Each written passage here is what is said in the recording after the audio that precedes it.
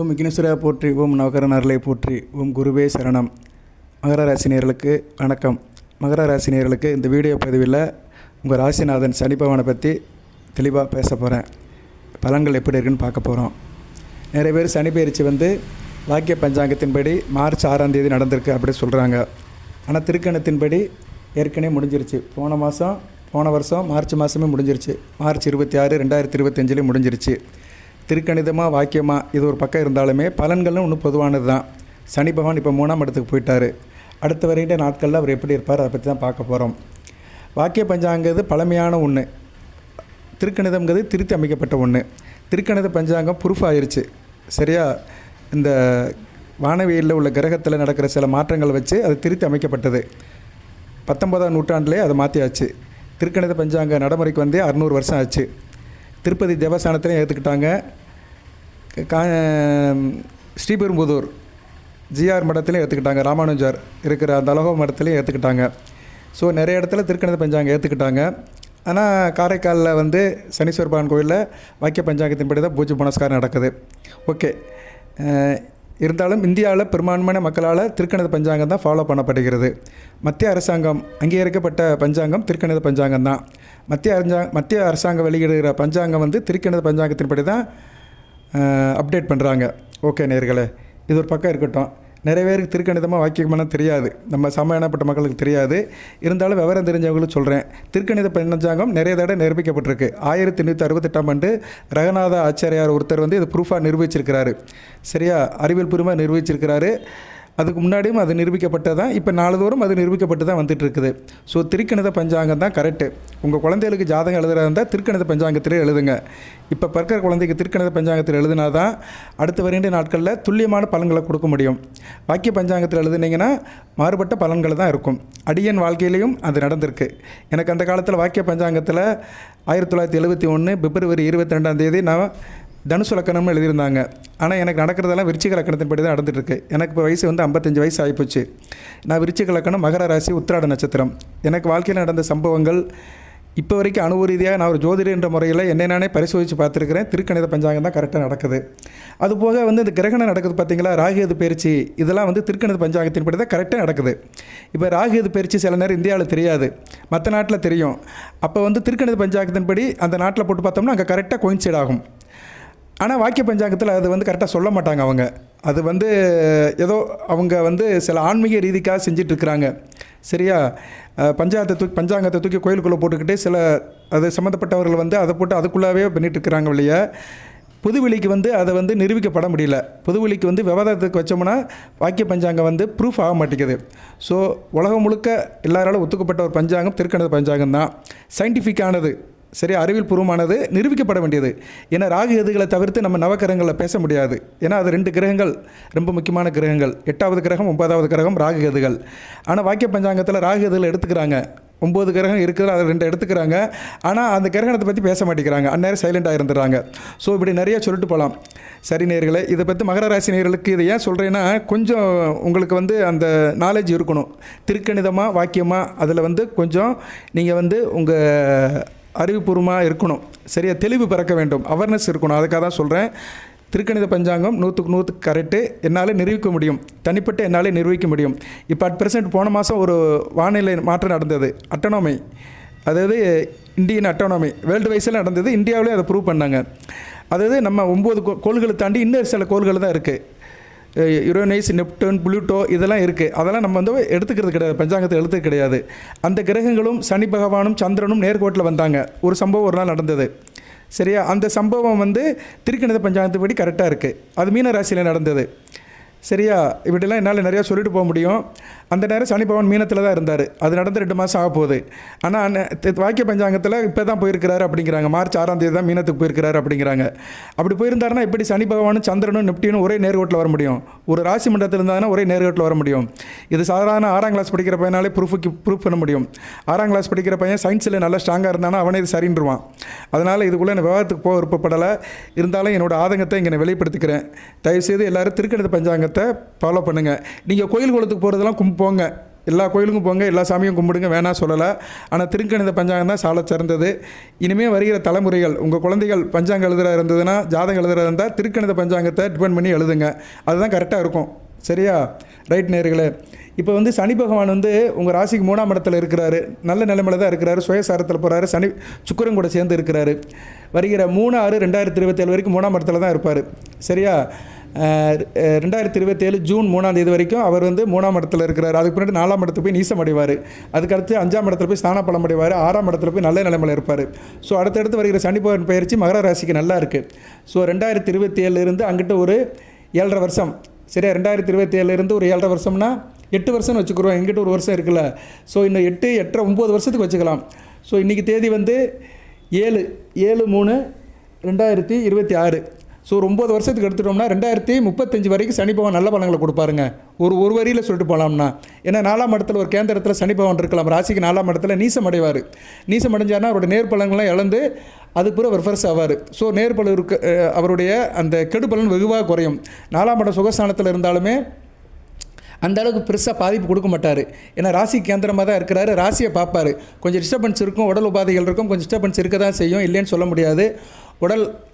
உடல்நலம் பாதிக்கப்பட்டவங்க, உடல்நலம் முடியாதவங்களுக்கு கொஞ்சம் பிரச்சனை அதிகமாக தான் இருக்கும். ராசியை பார்க்குறதுனால என்ன அலைச்சல் அதிகமாக இருக்கும், வேலை அதிகமாக பார்ப்பீங்க, கொஞ்சம் பிரச்சனை இருக்க தான் செய்யும். அடுத்துக்கு ராசிக்கு 5ஆம் இடத்துக்கு போய் ஸ்தான பலம் வருவார். 5ஆம் இடத்துல சனி பகவான் போனால் என்ன, பெண் பிள்ளைகளால் கொஞ்சம் பிரச்சனை இருக்கும், பிள்ளைகளால் சில பிரச்சனைகள் இருக்கும், பிள்ளைகள் விஷயத்தில் கொஞ்சம் செலவு இருக்கும். 6ஆம் இடத்துக்கு போயிட்டாருன்னா அருமையான பலன்கள். ஸோ தனிப்பட்ட முறையில் மகர ராசி நேயர்களுக்கு பெரிய பிரச்சனைலாம் ஒன்றும் இருக்காது. வயதானவர்களுக்கு அடுத்த சனி பயிற்சி கொஞ்சம் காம்ப்ளிகேஷனாக இருக்கும். எப்போனா ஜூன் 3, 2027 முன்னாடி வியாதிஸ்தரவர்கள், உடல்நல பாதிக்கப்பட்ட முடியாமல் இருக்கிறவங்களுக்கு கொஞ்சம் பிரச்சனை இருக்கும். ஏன்னா மேசத்துக்கு போனாருன்னா 10ஆம் பார்வையால் ராசியை பார்ப்பார். சரியா? அந்நேரம் அவர் இருக்கிற நிலைப்பாடுக்கு ஏற்ற மாதிரி சில பிரச்சனைகளை கொடுப்பார். ஒரு தொலைநோக்கு பார்வையில் பார்த்தோம்னா 2035 வரைக்கும் சனி பகவான் வந்து பெரிய கெடுபலங்கள்லாம் கொடுக்க மாட்டார். சரியா நேர்களே? அதனால் கவலைப்படாமல் இருங்க. சனி பயிற்சியை பற்றி ரொம்ப கவலைப்பட்டுக்காதீங்க. சரியா நேர்களே? அதுபோக ஜனன ஜாதகத்தில் நான் சொல்கிற அமைப்பில் இருக்கிறவங்களுக்கு சனி பகவான் கெடுபலங்களை கொடுக்க மாட்டார். ராசிக்கே எடுத்துக்குருவோம். ஏன்னா ராசியை வச்சு தானே நம்ம 7 அஷ்டமச்சனி கண்டகச்சனி சொல்கிறோம். உங்கள் ராசிக்கு அவர் வந்து 2, 4, 7, 8, 12 இருந்தார்னா ராசியிலே இருக்கக்கூடாது, 2ஆம் இடத்துல இருக்கக்கூடாது, 4ஆம் இடத்துல இருக்கக்கூடாது, 7ஆம் இடத்துல இருக்கக்கூடாது, 8ஆம் இடத்துல இருக்கக்கூடாது, 12ஆம் இடத்துல இருக்கக்கூடாது. இப்படி இல்லாமல் இருக்கிறவங்களுக்கு சனி பகவான் அடுத்து வருகின்ற ஒரு 9 ஆண்டுகளுக்கு எந்த பிரச்சனையும் கொடுக்க மாட்டார். அதாவது உங்கள் ராசிக்கு வந்து கும்பத்தில் இருக்கக்கூடாது, மேசத்தில் இருக்கக்கூடாது, கடகத்தில் இருக்கக்கூடாது, சிம்மத்தில் இருக்கக்கூடாது, அடுத்து வந்து தனுசில் இருக்கக்கூடாது. இந்த இடத்துல இல்லாமல் இருக்கிறவர்களுக்கு அடுத்து வருகின்ற 9 வருஷத்துக்கு நீங்கள் உண்டு வேலை உண்டுன்னு இருக்கலாம். சரியா? உங்களால் யாருக்கும் பிரச்சனை இல்லை. சனி பகவான் உங்களுக்கு எந்த பிரச்சனையும் கொடுக்க மாட்டார். உங்களை நல்லா உழைக்க வைப்பார். சரியா? உழைக்க வைப்பார். அழுதுகிட்டு இருந்தாலும் உழுதுகிட்டுன்னு சொல்கிற மாதிரி நீங்கள் என்ன கஷ்டப்பட்டு இருந்தாலும் ஏதோ ஒரு காரியத்தை கொடுத்து வேலை பார்க்க வைப்பார். அதனால் உங்களுக்கு ப்ராஃபிட் கிடைக்கும், பலன் கிடைக்கும், நல்லபடியாக இருப்பீங்க. மற்ற கிரகங்கள் எந்த பலன்கள் கொடுக்குதோ இல்லையோ 2035 வரைக்கும் மகர ராசிக்கு நான் சொன்ன அமைப்பில் இருக்கிறவங்களுக்கு நல்ல பலன்களை கொடுப்பார். அது குறிப்பாக மகர ராசியில் ரிஷப லக்கணம், துலா லக்கணம், மிதுன லக்கணம், கன்னியா லக்கணம், மகர லக்கணம், கும்ப லக்கணம், இந்த 6 லக்கணத்தில் பிறந்தவங்களுக்கு ராஜயோகத்தை கொடுப்பார். அதாவது இந்த லக்கணத்தில் பிறந்தவங்களுக்கு ராசிக்கு வந்து அவர் எங்கே இருக்கணும், 3, 6, 9, 10, 11, 10 இந்த இடத்துல இருந்தால் நல்ல பலன்களை கொடுப்பார். 3, 6, 9, 10, 11 இந்த 5 இடத்துல இருக்கிறவங்களுக்கு சனி பகவான் நல்ல பலன்களை கொடுப்பார். நேயர்களே, எந்த பிரச்சனையும் கிடையாது. சரியா? நீங்கள் எந்த லக்கணத்தில் பிறந்தாலும் சரி, லக்கணத்துக்கு அவர் 3, 6, 9, 10, 11 இடத்துல இருக்கணும். 9ஆம் இடத்துல இருந்தார்னா தவப்பனை கெடுப்பார், அப்பா வழி உறவுகளை கெடுப்பார், பூர்வ புண்ணியத்தை கெடுத்துட்டு பலனை கொடுப்பார். ஆனால் ஜாதகனை ஒன்றும் செய்ய மாட்டார். ஜாதகனை நல்லா தூக்கி விட்டுருவார். சில பேருக்கு ராசிக்கும் லக்கணத்துக்குமே 3, 6, 9, 10, 11 இருந்தார்னா அடுத்து வருகின்ற நாட்களில் நல்ல பலன்களை கொடுப்பார். 2035 வரைக்கும் வாரி வழங்குவார். இது நிதர்சனம். உங்களுக்கு சனி மகாதிசை நடந்தாலுமே அந்த அளவுக்கு டார்ச்சர் இருக்காது. சில பிரச்சனைகள் வந்துட்டு போவோம், ஆனால் பெருசாக பாதிப்பட மாட்டீங்க. நீடித்து கொடுப்பார். சனி பகவான் வந்து ஒரு வசதியை கொடுத்துட்டாரு, ஒரு பொருளை கொடுத்துட்டாரு அப்படின்னா அந்த பொருள் வந்து காலங்கடந்து இருக்கும். உங்கள் தலைமுறை தாண்டி இருக்கும். நீங்கள் முடிஞ்ச பின்னாடி, உங்கள் காலம் முடிஞ்ச பின்னாடி உங்கள் மகன், பேரன் இவங்களுக்குலாம் இருக்கும். 4 தலைமுறை 5 தலைமுறைக்கு ஒரு வீடு இருக்குது, ஒரு இடம் இருக்குது அப்படின்னா அந்த இடத்துக்கு சொந்தக்காரங்களுக்கு வந்து சனி திசையில் தான் கிடச்சிருக்கும். அது ஒன்று சனி பகவான் கோச்சாரத்தில் நல்ல நிலைமை இருக்கும்போது கொடுத்துருப்பாரு, இல்லைனா அவரோட தசாபுத்தியில் கொடுத்துருப்பாரு. சனி தசாபுத்தியில் கிடைக்கிற சொத்துக்கள் வந்து தலைமுறை தாண்டி நிற்கும். ஏன்னா அப்படி அசையா சொத்தை கொடுப்பாரு, ஸ்டெபிளாக கொடுப்பாரு, ஸ்ட்ராங்காக கொடுப்பாரு. மற்ற கிரகங்கள் கொடுக்குறதெல்லாம் கொஞ்ச நாள் அழிஞ்சு போயிடும். சில பேர் பாருங்கள், ஒரு 40 வயசில் நல்லா சம்பாதிப்பாங்க, 60 வயசில் விட்டுருவாங்க. சம்பாதிச்சு ஃபுல்லாக விட்டுருவாங்க. சொல்லுவாங்க நல்லா சம்பாதிச்சுங்க எல்லாம் போச்சு அப்படிம்பாங்க. ஊரில் சொல்லுவாங்க அவனை மாதிரி சம்பாதிச்சவன் யாரும் கிடையாது, அவனை மாதிரி சங்கடப்படுறவன் யாரும் கிடையாது அப்படிம்பாங்க. அவங்களுக்குலாம் பார்த்தீங்கன்னா மற்ற கிரகங்கள் கொடுத்துருக்குறோம், அந்த பலன்கள் வந்து ரொம்ப நாள் நீடிச்சு இருந்திருக்காது. ஆனால் சனி பகவான் வந்து ஒருத்தருக்கு வந்து ஸ்ட்ராங்காக கொடுத்துட்டாருன்னா தலைமுறை தாண்டி நிற்கும். அப்பேற்பட்ட சனி பகவான் வந்து உங்களுக்கு வந்து லக்கணத்துக்கும் ராசிக்கும் நான் சொல்ல அந்த உபசனசானத்தில் இருப்பார். இப்போ உதாரணத்துக்கு சொல்கிறேன் நான், நீங்கள் மகர ராசி மீனத்தில் இருக்கிறார், 3ஆம் இடத்துல இருக்கிறார், ராசிக்கு நல்ல அமைப்பு தான். நீங்கள் எந்த லக்கணத்தில் பிறந்திருக்கணும்? துலா லக்கணத்தில் பிறந்திருக்கணும். இது ஒரு ராஜயோகங்க. மகர ராசி துலா லக்கணத்தில் பிறக்கிறதுக்கு கொடுத்து வைக்க வேண்டும். தவம் இருந்தாலும் எல்லாராலும் பிறக்க முடியாது. ஆனால் சனி பகவான் நல்ல நிலைமையில் இருக்கணும். சனி பகவான் வந்து ராசிக்கு 3ஆம் இடம் லக்கணத்துக்கு 6ஆம் இடத்துல இருந்தார்னா இப்போ சனி திசை நடக்கிறவங்களுக்கு நல்லாயிருக்கும். திருவோணமாக இருந்தாலும் சரி, அவிட்டமாக இருந்தாலும் சரி, உத்திராடமாக இருந்தாலும் சரி, அவங்களுக்கு வந்து மிகச்சிறப்பாக இருக்கும். யாருக்கும் நடக்கும். அவங்க கமெண்ட் பாக்ஸில் போடுங்க, ஆமாம் சார் நான் மகர ராசி துலா லக்கணம் தான், எனக்கு சனி பகவான் ராசிக்கு 3ஆம் இடத்துல இருக்கிறாரு, லக்கணத்துக்கு 6ஆம் இடத்துல இருக்கிறாரு, நான் நல்லா இருக்கேன் சார். சனி திசையில் நல்லா இருப்பீங்க, நல்லா இருப்பீங்க. சரியா, நீங்கள் நல்லா இருப்பீங்க. உங்களால் யாருக்கு எந்த பிரச்சனையும் இருக்காது. மற்றவங்க வேணால் உங்களுக்கு பிரச்சனை கொடுப்பாங்க வழியே, நீங்கள் வந்து சிறப்பாக இருப்பீங்க. உங்கள் மனசாட்சிக்கு நீங்கள் துரோகம் இல்லாமல் இருப்பீங்க, சிறப்பாக இருப்பீங்க, நல்லா வாழ்வீங்க. ஆமாம் சார்னு சொல்லுங்கள், கமெண்ட் பாக்ஸில் போடுங்க. இது சத்தியம். சரியா, சத்தியமாக சொல்கிறேன். இது நடக்கும். சில லக்கணத்துக்கு ராசிக்கு சனி பகவான் உபசனசானத்தில் இருந்தார்னா அவர் மாதிரி யாராலும் கொடுக்கவே முடியாது. வாரி வழங்குவார். அவர் கொடுக்குறது யாராலும் தடுக்க முடியாது. ஆனால் மற்றவங்க கொடுக்குறத அவர் தடுப்பார். சனி போல் கொடுக்குறது யாரும் கிடையாது. இன்றைக்கி சனிக்கிழமை இருக்கிறதுனால தான் இந்த வீடியோவை நான் ஸ்பெஷலாக போடுறேன். நான் போட்ட நோக்கமே வந்து 2 விஷயத்தை தெளிவுபடுத்துறது தான். திருக்கணித பஞ்சாங்கத்தை நம்புங்க. உங்களுக்கு உங்கள் ஜாதகம் எப்படாச்சும் எழுதியிருப்பாங்க. உங்கள் தாய் தப்பன் அந்த காலத்தில் வாக்கியத்தில் எழுதியிருக்கலாம், வேறு எதனாச்சும் எழுதியிருக்கலாம். ஆனால் உங்கள் குழந்தைகளுக்கு இப்போ இன்றைக்கி ஒரு 30 வயசில் இருக்கிறவங்களுக்கு குழந்தை பார்த்துக்கிட்டீங்கன்னா உங்கள் ஜாதகத்தை வந்து திருக்கணிதத்தில் எழுதுங்க. திருக்கணிதம் தான் கரெக்டாக இருக்கும். சரியா, இன்னும் அடுத்த வருகின்ற நாட்களில் திருக்கணித பஞ்சாங்கம் தான் நல்லாயிருக்கும். திருக்கணிதம் சிலர் சொல்லுவாங்க கம்ப்யூட்டர் பஞ்சாங்கம் அப்படிம்பாங்க. அப்படிலாம் ஒன்றும் கிடையாதுங்க.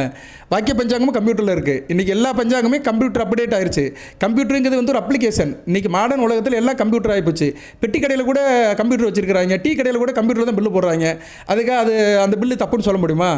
கம்ப்யூட்டர் வந்து ஒரு அப்ளிகேஷன், அதாவது நம்ம வேலையை வந்து குறைக்குது, அவ்வளோதான். வாக்கிய பஞ்சாங்கமும் கம்ப்யூட்டரில் இருக்குது, வாக்கிய பஞ்சாங்கோடைய சாஃப்ட்வேரும் கம்ப்யூட்டரில் இருக்குது. அதனால் வாக்கிய பஞ்சாங்கம் வந்து ஏடை வச்சு புரட்டி பார்க்குறாங்க, சுவடி வச்சு பார்க்குறாங்களேன்னு நினைக்காதீங்க. அது ஒன்றும் பெரிய ரிஷிகள் தபசிகள் கொடுத்தது கிடையாது. அது வந்து ஒரு குரூப்பாக வந்து ஒருத்தங்க உட்காந்துட்டு அப்படியே பஞ்சாங்கத்தை பழைய குருடி கதவை திருடின்னு படிச்சுக்கிட்டே இருக்கிறாங்க. ஆனால் திருக்கணிதங்கிறது வந்து அப்டேட் ஆகிக்கிட்டே இருக்குது. பொதுவாக நம்ம பூமிக்கும் சந்திரனுக்கும் இடையில தூரம் வந்து வருஷத்துக்கு 2 சென்டிமீட்டர் குறையுது. இது வந்து அறிவியல் புதுமையாக நிரூபிக்கப்பட்டது. பூமிக்கும் சந்திரனுக்கும் உள்ள டிஸ்டன்ஸ் வந்து வருஷத்துக்கு 2 சென்டிமீட்டர் குறைஞ்சிக்கிட்டே வருது, வேரியேஷன் ஆகிட்டே இருக்குது. இதுக்கு படி எல்லா கிரகங்களுடைய தாக்கமும் குறையும். இதை வந்து திருக்கணித பஞ்சாங்கத்தில் தான் கரெக்டாக கொண்டு வராங்க. ஆட்டோமேட்டிக்காக அது மாறிடும். ஆனால் வாக்கிய பஞ்சாங்கத்தில் அப்படியே தான் இருக்குது. எப்படி 1800ஆம் வருஷம் எப்படி இருந்துச்சோ அதே தான் 2026 நடக்குது. 200 வருஷத்துக்கு முன்னாடி எப்படி இருந்துச்சோ அதான் இப்பயும் சொல்லிட்டு இருக்கிறாங்க. அது தப்பு. இன்றைக்கி எவ்வளவோ மாறிட்டு இருக்கு. அப்போ வந்து காட்டில் விவசாயம் பண்ணிட்டு இருந்தான், இன்றைக்கி அவன் மகன் வந்து யூஎஸ்ல வேலை பார்க்குறான். இதை மட்டும் நம்ம ஏற்றுக்கிறோம். நான் கஷ்டப்படுறேன், நான் விவசாயம் பண்ணிட்டு இருந்தேன், இன்றைக்கி என் பிள்ளை யாரும் விவசாயம் பண்ணலை, எல்லாம் அமெரிக்காவில் இருக்குது, சிங்கப்பூரில் இருக்குது, செட்டில் ஆயிடுச்சு, என் வீடை விற்றுட்டு நானும் அங்கே பிள்ளை விட போயிட்டேன், இதெல்லாம் சொல்கிறோம். ஆனால் வாக்கிய பஞ்சாங்கத்தை பிடிச்சி தொங்கிட்டு இருக்கிறாங்க. நான் யாரையும் குறை சொல்லலை. திருக்கணித பஞ்சாங்கம் வந்து திருத்தி அமைக்கப்பட்டது, நிரூபிக்கப்பட்டது. சரி, இப்போ சனி பகவான் பலன்கள் வந்து 2035 வரைக்கும் மிக சிறப்பாக இருக்குது. ரொம்ப கவலைப்படாதீங்க. நான் சொன்ன அமைப்பில் இருக்கிறவங்களுக்கு நல்லா இருக்கும், எல்லாத்துக்கும் நல்லா இருக்காது. நான் சொன்ன அமைப்பில் ராசி லக்கணத்துக்கு வந்து அவர் வந்து உபசனசானத்தில் இருந்தார், நல்ல பலன்களை கொடுப்பாரு. இப்போ இன்னொருத்தருக்கு சொல்கிறேன். இப்போ வந்து ஒருத்தர் மகர ராசி 2ஆம் இடத்துல கும்பத்தில் இருக்கிறாரு, விருச்சிக லக்கணத்தில் பிறந்திருக்கிறாரு. விருச்சிக லக்கணம் மகர ராசி, லக்கணத்துக்கு 4ஆம் இடம், ராசிக்கு 2ஆம் இடம், நல்லா இருக்காது உங்களுக்கு சனி திசை. அதுன்னு சொல்கிறேன். விருச்சிக லக்கணம் மகர ராசி, 2ஆம் இடம் கும்பத்தில் மூலத்தினையோடு ஆட்சி பெற்றிருப்பார், நேர்வழு பெற்றிருப்பார். விருச்சிக லக்கணம் 4ஆம் இடத்துல இருப்பார், லக்கணத்துக்கு 2ஆம் இடத்துல இருப்பார். இவங்களுக்கு எப்படி இருக்கும்னா சனி திசை குடும்பத்தில் பிரச்சனை வந்துடும், குடும்பத்தில் இருக்க முடியாது, தேகாரிக்க பிரச்சனை இருக்கும், தாய் வழியில் பிரச்சனை இருக்கும், தாய் வழி உறவுல பிரச்சனை இருக்கும், நிலம் வீடு வண்டி வாகனத்தில் பிரச்சனை இருக்கும். அதனால் பண பிரச்சனை வரும். வண்டியை விற்கணும், இல்லைன்னா வீடை விற்கணும். சரியா, வீடை விற்று வண்டியை விற்று தாயை கவனிக்கிற மாதிரி இருக்கணும். தாய் வழி உறவுல கடன் பட்டுருவாங்க. இப்படி நிறைய இருக்கும்.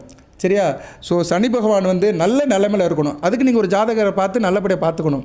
பொதுவாக வந்து உங்கள் ஜாதகத்தில் வந்து சனி பகவான் எந்த இடத்துல இருக்காரோ அதை மட்டும் நல்லா தெரிஞ்சு வச்சுக்கோங்க. ஏன்னா அவர் வந்து நீடித்து கொடுப்பார், நீடித்து கெடுப்பார். ஒரு விஷயத்தை வந்து நீடித்து கொடுத்து லாங்காக ப்ராஃபிட் கொடுக்குறவர் அவர் தான். பெரிய லாஸ் ஒருத்தனை அடித்து துவைச்சி அவனை அப்படியே படுக்க போட்டு பெரட்டை எடுத்து இல்லாமல் பண்ணுறவர் அவர் தான். ஸோ அதனால் உங்கள் ஜாதகத்தை ஒரு நல்ல ஜோசியர்கிட்ட கொடுத்து சனி பகவானுடைய நிலைமையை பார்த்துக்கோங்க. அடுத்து வருட காலத்தில் எப்படி இருக்குன்னு தெரிஞ்சுக்கோங்க. அதுக்கேற்ற மாதிரி வழிபாடு பரிகாரத்தை வச்சுக்கோங்க. சரியா நேரில் இது ரொம்ப முக்கியம். ஏன்னா நவக்கிரகங்களே ரொம்ப முக்கியம். 30 வருஷம் அவருக்கு ஒரு சுற்றி வர்றதுக்கு 30 வருஷம் ஆகும். Slow and steady is win the race. நின்று நிதானிச்சு வெற்றியை கொடுப்பாரு, நின்று நிதானிச்சு ஒருத்தர் கெடுத்துருவார், வெற்றியும் கொடுப்பாரு கெடுத்தும் செஞ்சுருவார். ஸோ அப்படி ரெண்டுக்கும் சொந்தக்காரர் சனி பகவான் தான். கர்ம பலனுக்கு தண்டனையாக கொடுக்குறவர், செஞ்ச தவறுக்கு தண்டனையாக கொடுக்குறவர். ஸோ அப்பேற்பட்ட சனி பகவான் ஜாதகத்தில் எப்படி இருக்கிறாருன்னு ஒரு நல்ல ஜோசியர்கிட்ட கொடுத்து உங்கள் ஜாதகத்தை செக் பண்ணிக்கோங்க. அதுதான் உங்கள் வாழ்நாள் முழுக்க சிறப்பை தரும். அதுபோல் ஒரு ஆயுட்காரகன், ஒரு மனிதனுக்கு ஆயில கொடுக்குறவர் அவர் தான். அவர் அனுமதியின்றி யாரும் ரொம்ப நாளைக்கு வாழ முடியாது. ஒருத்தர் ரொம்ப நாளைக்கு வாழ்கிறாருன்னா அவருக்கு சனி பகவான் நல்லா இருப்பார். நிறைய பேர் ஜாதகத்தில் செக் பண்ணியாச்சு. சனி பகவான் நல்ல நிலைமையில் இருக்கிறவங்க நீடித்து 90 வயசு வரைக்கும் இருப்பாங்க. எந்த ஒரு மனிதனுக்குமே ரொம்ப நாளாக வாழணும் ஆசை இருக்கும், மனசில் ஆசை இருக்கும், அடி மனசில் ஆசை இருக்கும். ஸோ நம்ம ரொம்ப நாள் இந்த பூமியில் வாழணும், நல்லபடியாக வாழணும் அப்படின்னா ஜனன ஜாதகத்தை ஒரு நல்ல ஜோசியர்கிட்ட கொடுத்து செக் பண்ணிக்கோங்க. செக் பண்ணிவிட்டு அதுக்குண்டான காரிய வழிபாடை வச்சுக்கோங்க. பரிகாரம் வழிபாடெல்லாம் அதெல்லாம் அடுத்து உங்களுக்கு என்ன தசை பற்றி நடந்தாலும் சரி, ராக திசை நடந்தாலும் சரி, குரு திசை நடந்தாலும் சரி, சனி திசை நடந்தாலும் சரி, சனி திசையை நீங்கள் கிராஸ் பண்ணி தான் ஆகணும் மகர ராசியில். சரியா? அதுக்காக தான் சொல்கிறேன். ஓகே நேரலை, இப்போ சனி பகவான் ராசிக்கு 3ஆம் இடத்துல இருக்கிறாரு. இன்றைக்கி நல்ல நிலைமையில் தான் இருக்கிறாரு. சுக்கிரன் கூட இருக்கிறாரு. வருகிற மார்ச் 25 வரைக்கும் சுக்கிரன் கூட தான் இருக்கிறாரு. நல்ல விதமாக தான் பார்க்கப்படுகிறது. அதுக்கு அங்கிட்டு சூரியனும் செவ்வாயும் சேருவாங்க. கொஞ்சம் காம்ப்ளிகேஷனாக இருக்கும். ஏன்னா சூரியன் செவ்வாய் சனி பகவான் கூட சேர்றது நல்லா இருக்காது. சூரியன் மார்ச் 15லேருந்து ஏப்ரல் 14ஆம் தேதி வரைக்கும் இருப்பார். ஒரு மாதம் சூரியனும் சனி பகவானும் ராசிக்கு 3ஆம் இடத்துல இருப்பாங்க. அப்போ செவ்வாயும் போயிடுவார். ஸோ அவர் ஏப்ரல் 4ஆம் தேதி போகிறாரு. ஸோ உங்களுக்கு எப்போ குருஷிலாக இருக்கும்னா ஏப்ரல் 4லேருந்து ஏப்ரல் 14 வரைக்கும் ரொம்ப குருஷிலாக இருக்கும். சரி, ஆனால் அந்த காலகட்டத்தில் சுக்கிரன் இருப்பார். சுக்கிரன் போயிடுவார். மார்ச் 25க்கு மேலே அங்கிட்டு போயிடுவார். சரியா? சுக்கிரன் மார்ச் 25க்கு மேலே மேசத்துக்கு போயிடுவார். சுக்கிரன் இல்லாத இடத்துல ராசிக்கு 3ஆம் இடத்துல யார் இருப்பா? சனி பகவானும் செவ்வாய் பகவானும் இருப்பாங்க. சரியா? அந்த காலகட்டத்தில் கொஞ்சம் கவனமாக நீங்கள் இருக்க வேண்டும். சரியா? சுக்கிரன் எப்போ பயிற்சியாகி போகிறாருன்னு அதையும் சொல்லிடுறேன். இது கொஞ்சம் முக்கியமான விஷயங்க. சரியா? இந்த காலகட்டம் மகர ராசிக்கு கொஞ்சம் காம்ப்ளிகேஷனாக இருக்கும். சரியா? சுக்கிரன் 27ஆம் தேதி போயிடுறாரு.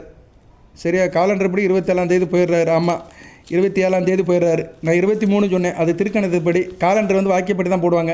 சரி, 2 நாள் 3 நாள் முன்ன பின்ன பிரச்சனை இல்லை. இருந்தாலும் 27ஆம் தேதியிலேருந்து கொஞ்சம் கவனமாக இருக்கணும். 27லேருந்து ஏப்ரல் 14 வரைக்கும் மகர ராசி நேயர்கள் கொஞ்சம் கவனமாக இருக்கணும். சரியா? எல்லா ராசிக்குமே அப்படி தான். அதாவது 27/3 to 14/4 வரைக்கும் ரொம்ப கொஞ்சம் கவனமாக இருக்கணும். ஏன்னா அந்நேரம் சனி செவ்வாய் சூரியன் 3 பேர் தனிச்சு இருப்பாங்க. சனி பகவான் சுபத்துவ லெவலில் இருக்க மாட்டார், அஸ்தமனம் ஆயிடுவார். அஸ்தமனம் ஆயிடுறாருன்னா அவருடைய கெடுபலங்கள் குறைஞ்சி போயிடும். இருந்தாலும் ராசிநாதன் அல்லவா, கொஞ்சம் உடம்பை போட்டு பாதிப்பார். மனநிலையும் உடல்நிலையும் கொஞ்சம் பாதிக்கப்பட்டு கவனமாக இருக்கணும். அவர் அஸ்தமனம் அடைகிறாரு. மார்ச் 13ஆம் தேதி அர்ச்சமனம் அடைஞ்சிடறாரு. சூரியன் போகிறதுக்கு முன்னாடி அஸ்தமனம் அடைஞ்சிடறாரு. மார்ச் 13லேருந்து ஏப்ரல் 22 வரைக்கும் அஸ்தமன நிலையில் தான் இருப்பார். அதுக்கு பிறகு தான் உதயமாவார். ஏப்ரல் 23ஆம் தேதி தான் உதயமாவார். ஸோ இந்த காலகட்டத்தில் நீங்கள் எந்த கொஞ்சம் கவனமாக இருக்கணும்.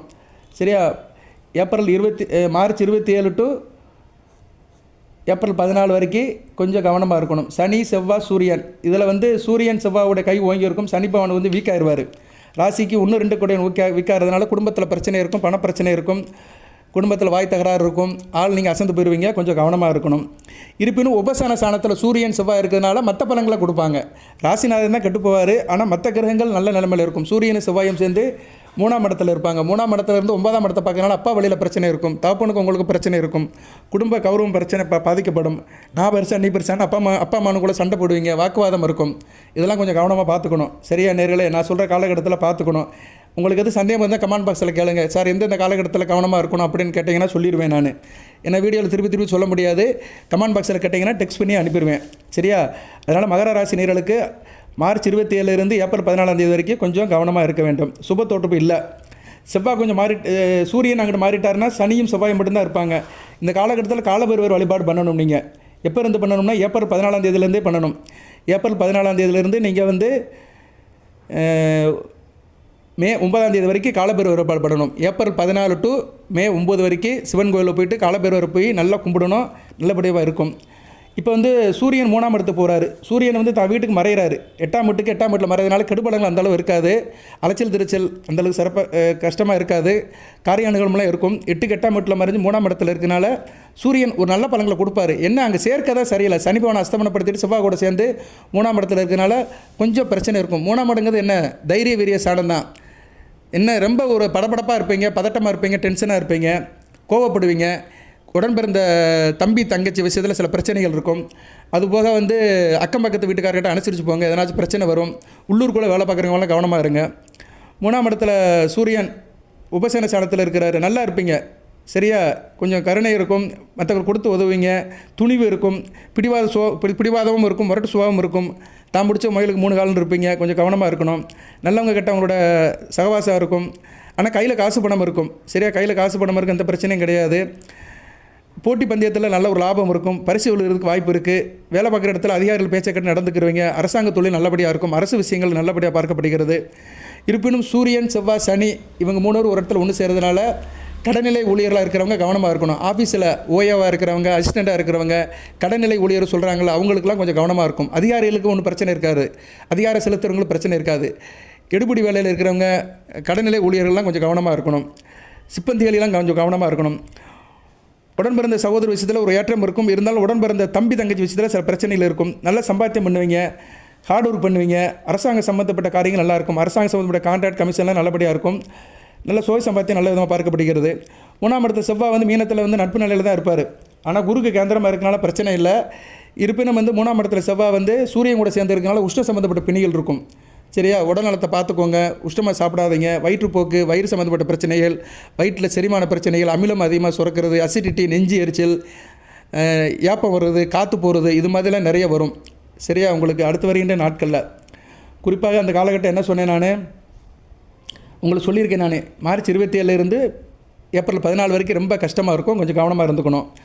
அடுத்து வந்து இருப்பினும் உங்களுக்கு வந்து பண வசதி இருக்கும், சரியா? கையில் காசு பணம் இருக்கும். ஆள் நல்ல நியாயம் நீதி நேர்மையாக இருப்பீங்க. சத்திய வாக்கு பேசுவீங்க. பேர் புகழ் அந்தஸ்து இருக்கும். ஆனால் மன ஒரு நிலையில் இருக்கார், சஞ்சலப்பட்டுகிட்டே இருப்பீங்க. எல்லாம் உடல்நலம் பாதிக்கப்படும். வயதானவர்களாம் உடல்நலம் பாதிக்கப்படும். பிளட் ப்ரெஷர், டயாபெட்டிக் இருக்கிறவங்க, மற்ற பிரச்சனைகள் இருக்கிறவங்க உடல்நலத்தை பார்த்துக்கணும், சரியா? நேரில் கொஞ்சம் கவனமாக இருக்கணும். ஏன்னா தனிப்பட்ட வாழ்க்கையில் இருக்கிறவங்களுக்கு கொஞ்சம் நல்லாயிருக்கும். ஜனநாயக சனி பகவான் நல்ல நிலைமையில் இருக்கிறவங்களுக்கு எந்த பிரச்சனையும் இருக்காது. அதுதான் முதலே சொல்லிட்டேன் நான். அந்த லக்கண ரீதியாக ராசி ரீதியாக முதலே சொல்லிட்டேன். அவங்களுக்கெல்லாம் கவலை இல்லை. அவர் வந்து ராசி லக்கணத்துக்கு 3, 6, 9, 10, 11 இருக்கிறவங்களுக்கு எந்த பிரச்சனையும் இருக்காது. அப்படியே தொடச்சி விட்ட மாதிரி போயிடும், தட்டின மாதிரி போயிடும். அவர் வந்து சரியில்லாமல் இருக்கிறவர் ராசி லக்கணத்துக்கு 2, 4, 7, 8, 12 இருக்கிறவங்களுக்கு தான் பிரச்சனை கொடுப்பாரு. இதில் தான் வித்தியாசப்படும். சில பேர் நினைப்பாங்க, நானும் மகர ராசி தான், என் கூட ஒருத்தர் வேலை பார்க்குறாரு, அவரும் மகர ராசி தான், அவர் நல்லா இருக்கிறார் சார், நான் நல்லா இல்லைன்னா அவர் ஜாதகத்தில் சனி பகவான் நல்லா இருப்பார், உங்கள் ஜாதகத்தில் நல்லா இருக்க மாட்டார். நல்லா இல்லைன்னா அவர் கெட்டு போயிட்டாருன்னா பிரச்சனை கொடுத்துருவார், அவ்வளோதான். இது வந்து பிராப்தம், விதி, கர்மா. நமக்கு என்ன படைக்கப்பட்டிருக்கோ அதுதான் கிடைக்கும். இந்த பொதுவெளியில் எல்லாத்துக்கும் தனித்தனியாக சொல்ல முடியாது. ஒவ்வொருத்தருக்கும் ஒரு ஜாதகம் இருக்கும், சரியா? மகர ராசியில் கோடிக்கணக்கான பேர் இருப்பாங்க. ஒவ்வொருத்தருக்கும் ஒரு ஜாதகம் இருக்கும். அதுக்கெல்லாம் நான் பலன் கொடுக்க முடியாது, ப்ரிடிக்ஷன் பண்ண முடியாது. நான் பொதுவாக சொல்கிறேன், இப்படி இருக்கிறவங்களும் இப்படி இருக்கும், அதையும் பிரித்து சொல்கிறேன், அவ்வளோதான் சொல்ல முடியும். அதுக்கு மேலே நீங்கள் தான் பார்த்துக்கணும், சரியா? உங்கள் நிலைமையை நீங்கள் பார்த்துக்கணும். அவன் படித்தா தான் பாஸ் பண்ண முடியும். அடுத்தவன் படித்தா நம்ம பாஸ் பண்ண முடியாது. வேணால் கேட்டுட்டு வேணா இருக்கலாம். ஆனால் நம்ம படித்தா தான், நம்ம படித்து மைண்டில் ஏற்றினா தான் நம்ம வந்து கொஸ்டின் பேப்பருக்கு ஆன்சர் எழுதி பாஸ் பண்ண முடியும். ஸோ 3ஆம் இடத்துல செவ்வாய் போகிறது ஒரு வைக்கு நல்லதான், சரியா? துணிவாக இருப்பீங்க, ஒரு நல்லா இருக்கும். நல்ல பலம் ரியல் எஸ்டேட் பிஸ்னஸில் நல்லா இருக்கும். கால்நடையில் வச்சு நல்ல வேலை வைப்பீங்க. அதெல்லாம் ஒரு நல்ல விதமாக பார்க்கப்படுகிறது. இருப்பினும் மகர ராசிக்கு வந்து அடுத்து வருகிற நாட்களில் சில நாட்கள் கொஞ்சம் குருஷியலாக தான் இருக்கும், இல்லைன்னு சொல்ல முடியாது. கொஞ்சம் கவனமாக இருங்க, சரியா? அந்த சூரியன் செவ்வாய் போய் சனி பகவான் கூட சேருது நல்ல விதமாக பார்க்கப்படாது, சரியா? 2 பாவக்கரங்கள் தான். இதில் செவ்வாய் கொஞ்சம் பரவாயில்ல, சூரியனுக்கு சமம், சனி பகவானுக்கு சமம். சூரியனை வந்து சத்ரு, சரி? 8ஆம் போய் 3ஆம் இடத்துல இருக்கிறாரு. 8 கூட 3ஆம் இடத்துல இருந்தாலே ஏடகூடமாக நடக்கும், சரியா? 8ஆம் வீட்டுக்கு 8ஆம் வீட்டில் மறைகிறாரு. இருந்தாலும் தைரிய குறைவாயிரம், ஆள் சோர்ந்து போயிடுவீங்க, சுணங்கிடுவீங்க, சரியா? அதனால் மகர ராசி நேயர்கள் வந்து இந்த காலகட்டத்தில் சிவன் வழிபாடு அதிகப்படுத்திக்கணும். வருகிற ஏப்ரல் மாதத்துலேருந்தே சிவன் வழிபாடு அதிகப்படுத்திக்கோங்க. ஏப்ரல் மாதம், ஏப்ரல்னு சொல்ல முடியாது, பங்குனி மாதம். பங்குனி மாதம்னு என்ன? 14/3 பங்குனி மாதம் முழுக்க சிவன் கோயிலுக்கு போகணும். 14/3 ஆமாம் 14/3 14/4 வரைக்கும், சரியா? பங்குனி மாதம் முழுக்க சிவன் கோயிலுக்கு போகணும். வெயிலும் வாட்டி எடுக்கும், சம்மரும் கூடிரும், சரியா? அதனால் உடல்நல பிரச்சனைகள்லாம் வரும், உஷ்ண தாக்கம்லாம் அதிகமாக இருக்கும். ராசிநாதன் அஸ்தமனம் அடைகிறாரு, சனி பகவானும் அஸ்தமனம் அடைகிறாரு. ஏப்ரல் 13 மார்ச் 13 அஸ்தமனம் அடைகிறாரு.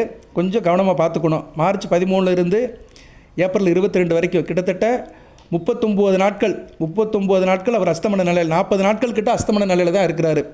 அவர் அஸ்தமன நிலையில் இருந்தார்னா சில பலன்கள் கொடுப்பாரு. ஆனால் ராசிநாதனாக இருக்கனால நீங்கள் தனிப்பட்ட முறையில் கொஞ்சம் சோர்ந்துருவீங்க, டயர்டாயிருவீங்க. அவர் பார்க்குற இடங்களுடைய கெடுபலங்கள் குறையும். ராசிக்கு 5ஆம் இடத்தை பார்க்குறாரு. 5ஆம் இடத்தை பார்க்கறதுனால 5ஆம் இட கெடுபலன்கள் குறைஞ்சு அதிர்ஷ்டம் கை கொடுக்கும். பிள்ளைகள் விஷயத்தில் நல்ல ஏற்றம் இருக்கும். பூர்வ புண்ணியம் நல்லா இருக்கும். சொத்து பத்துக்கள் கிடைக்கும். தொட்ட காரியம் தொழுங்க காரிய அனுகூலம் இருக்கும். ராசிக்கு 9ஆம் இடத்தை பார்க்குறாரு, நல்லா இருக்கும், ஓரளவுக்கு நல்லா இருக்கும். பேரு புகழ் அந்தஸ்து காரிய வெற்றி எல்லாமே இருக்கும். 12ஆம் இடத்தை பார்க்கறதுனால அயன சேன போகம் இருக்கும். அலைச்சல் குறையும். வெளிநாடு வெளிமாநில தொடர்பு நல்லபடியாக இருக்கும். திடீர் அதிர்ஷ்டம்லாம் வரும். ஸோ இதெல்லாம் செய்வார்.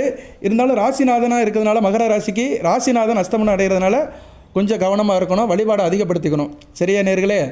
ஸோ இப்படி தான் மகர ராசிக்கு ப்ரிடிக்ஷன் அடுத்து போகுது. சனி பகவானை மையப்படுத்தி நான் சொல்கிறேன். அதுபோல் ராசிக்கு 3ஆம் இடத்துலையும் கிரகங்கள் நிறைய சேருது. சனி பகவான், சுக்கிரன், அதுக்கடுத்து யார் போகிறா? சூரியன் போகிறாரு. அதுக்கடுத்து செவ்வாய் போகிறாரு. இதில் ஒரு சின்ன ஒரு நீரோட்டம் அங்கே ஒன்று நடக்குது. அதாவது என்ன, மலையில் போகிறவனுக்கு ஒரு கிளாஸ் ஐஸ் மோர் கொடுக்குற மாதிரி.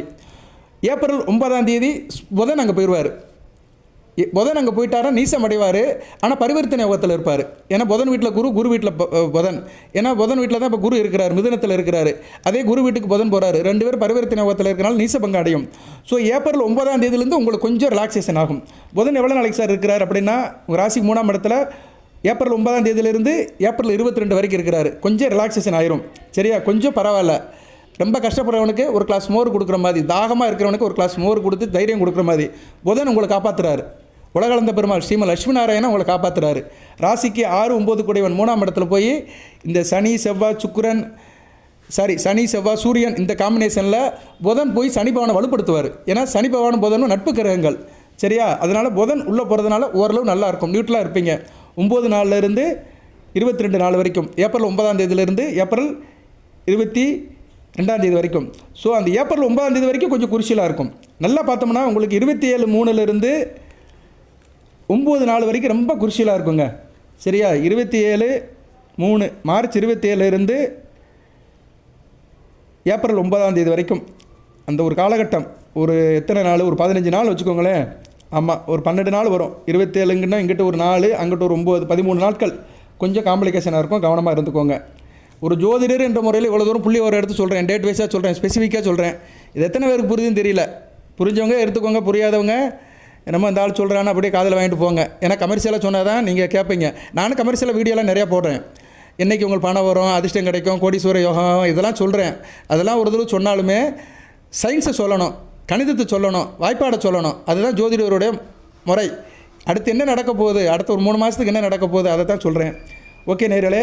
ஸோ நீங்கள் வந்து நல்லா மறுபடியும் ஒரு தடவை சொல்கிறேன். மார்ச் 27 ஏப்ரல் 9ஆம் தேதி வரைக்கும் கொஞ்சம் கவனமாக இருங்க. சரியா?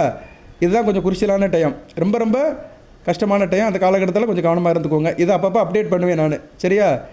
27/3 9 நாள் வரைக்கும். இருப்பினும் சனி பகவான் பொதுவாக 2035 வரைக்கும் நல்ல பலன்களை தான் கொடுப்பாரு. ஓகே நேயர்களே? இப்போ வந்து சனி பகவான் உங்களுக்கு என்ன பலன்களை கொடுக்குறாரு அதை சொல்லிட்டு நான் வீடியோவை நிறைய பண்ணுறேன். இப்போ 3ஆம் இடத்துல இருக்கிறதுனால இப்போ வேறு எல்லோரும் சனி பயிற்சின்னு பலன்களை போட்டுட்ருக்குறாங்க. சரியா? அதையும் நான் ஒரு வருஷப்படுத்திட்டு வீடியோ நிறைய பண்ணுறேன். சனி பகவான் 3ஆம் இடத்துல இருக்கிறாரு. அதாவது எப்போ வரைக்கும்? 3/6/2027 வரைக்கும்.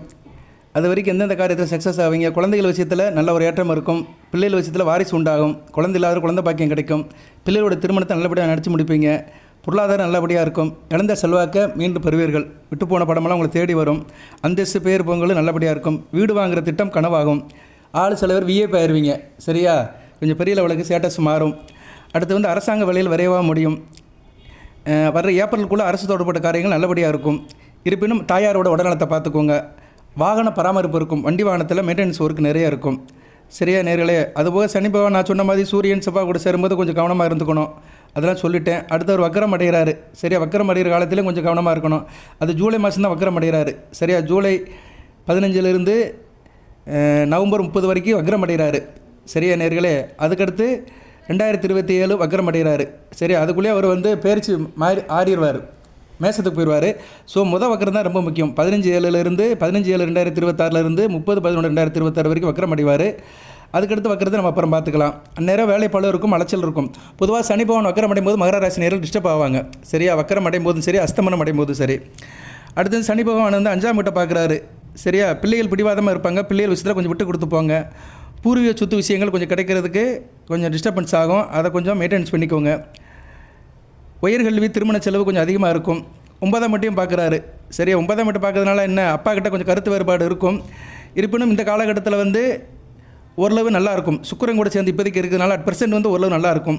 சரியா, கொஞ்சம் சமுதாயத்தில் அந்தஸ்து இருக்கும், பேர் போல் அந்தஸ்து பாப்புலாரிட்டிலாம் நல்லபடியாக இருக்கும். 12ஆம் வீட்டை பார்ப்பார், 12ஆம் வீட்டையும் பார்க்குறாரு. 12ஆம் வீட்டை பார்க்குறதுனால என்ன, அயன சயன போகத்தில் டிஸ்டர்பன்ஸ் ஆகும், ஆழ்ந்த அசந்து தூங்க முடியாது, தூக்கத்தில் கனவு வரும், இல்லைன்னா தூக்கத்தில் ஏதாச்சும் நினச்சிட்டு இருப்பீங்க. இதுக்கு வந்து சித்தர்கள் வழிபாடு பண்ணணும். சரியா, சித்தர்கள் மகான்கள் வழிபாடு பண்ணணும். இதுக்கு ஏற்கனவே வீடியோ போட்டிருக்கிறேன், மகர ராசிக்கு சித்தர் வழிபாடு எப்படி பண்ணணும்னு. சரியா நேர்களே, இருப்பினும் மகர ராசி பெண்களுக்கு எப்படி சார் இருக்கும்னா, ஆரோக்கியம் நல்லா இருக்கும், வீட்டில் பணப்புழக்கம் இருக்கும், வேலை பார்க்குற இடத்துல சம்பள உயர்வு இருக்கும், எதிர்கால திட்டத்துக்காக இப்போயே ஒரு அச்சாரம் போடுவீங்க, இன்வெஸ்ட்மெண்ட்லாம் சேர்த்து வைப்பீங்க, வியாபாரிகளுக்கு திடீர் லாபம் இருக்கும், புதிய ஒப்பந்தங்கள் கையெழுத்தாகும், வியாபார உத்திகளை சரியாக பயன்படுத்திக்கிறவங்க, பழைய சரக்குகள் இருந்துச்சுன்னா விட்டு தீர்த்துடும், கடையை வந்து மாடர்ன் பண்ணுவீங்க, கடையை வந்து நவீனமாக்குவீங்க, அடுத்த லெவலுக்கு கொண்டு போவீங்க, உங்கள் அரசாங்கம் சம்மந்தப்பட்ட கெடுபடிகள்லாம் குறையும், உத்தியோகஸ்தருக்கு நல்லாயிருக்கும், உத்தியோகம் நல்லபடியாக இருக்கும். சரியா, வேலையில் ப்ரொமோஷன் இன்க்ரிமெண்ட் எல்லாம் நல்லபடியாக இருக்கும். உங்களுக்கு வேண்டியவர்கள் உங்களுக்கு மேலே இருப்பாங்க, மேலதிகாரியோட அனுசரணை இருக்கும், உங்களுக்கு பிடிச்ச மேலதிகாரி வருவார். சரியா, இவ்வளோ நாளாக வந்து உங்களுக்கு மேலதிகாரி சரியில்லாமல் டார்ச்சர் பண்ணியிருந்தார், இனிமேல் அதெல்லாம் மாறிடும். அதுபோல் ஐடி டிபார்ட்மெண்ட்டில் இருக்கிறவங்க, சிஸ்டர் ரிலேட்டடாக இருக்கிறவங்களுக்கெல்லாம் வேலை நல்லபடியாக பார்க்கப்படுகிறது, நல்ல விதமாக இருப்பீங்க. சரியா, ஸோ 3ஆம் இடத்துல இருக்கிற சனி பகவான் வந்து நிபந்தனைக்கு உட்பட்டு சில நல்ல பலன்களை கொடுப்பாரு. இருப்பினும் அவருடைய நிலைப்பாடை நான் சொல்லிட்டேன். சரியா நேர்களே, நிலைப்பாடை சொல்லியிருக்கிறேன். சூரியன் செவ்வாய் போய் அவரை கொஞ்சம் டிஸ்டர்ப் பண்ணுவாங்க. சரியா, அஸ்தமனமாகி அதுலேருந்து ரெஃபரன்ஸ் ஆவார். தொடர்ந்து பாருங்கள், நான் அப்பப்போ வீடியோ போடுவேன், நல்லது கெட்டது எல்லாத்தையும் சரிவிதமாக சொல்லுவேன். தொடர்ந்து பாருங்கள். இது ஒரு பொது வெளியில் சொல்கிறது தான், தனிப்பட்ட ஜாதகத்தை சொல்லலை. தனிப்பட்ட ஜாதகத்தை பார்த்துட்டோம்னா சொல்லிடலாம். சரியா, ஓகே நேர்களே, எது தகவல் இருந்தாலும் கமெண்ட் பாக்ஸில் கேளுங்க. நான் சொன்னதில் எது நிறைய குறைகள் இருந்தாலும் கமெண்ட் பாக்ஸில் கேளுங்க. இது எல்லாமே முழுக்க திருக்கணித பஞ்சாங்கத்தை படி தான் சொல்கிறேன், அதுதான் சரி. சரியா, அதை என்னால் எந்நேரமும் நிரூபிக்க முடியும். எந்நேரமும் தூக்கத்தில் தட்டி எழுப்பினா கூட அதுக்கு உண்டான கால்குலேஷனை சொல்லுவேன், கணக்கை சொல்லுவேன். சரியா, அதனால் திருக்கணித பஞ்சாங்கத்தை ஃபாலோ பண்ணுங்கள், வழிபாடு பண்ணுங்க. நீங்கள் இப்போ வழிபாடு வந்து உங்களுக்கு வந்து சிவன் வழிபாடு தான். வருகிற ஏப்ரலிருந்து சிவன் வழிபாடு தான்.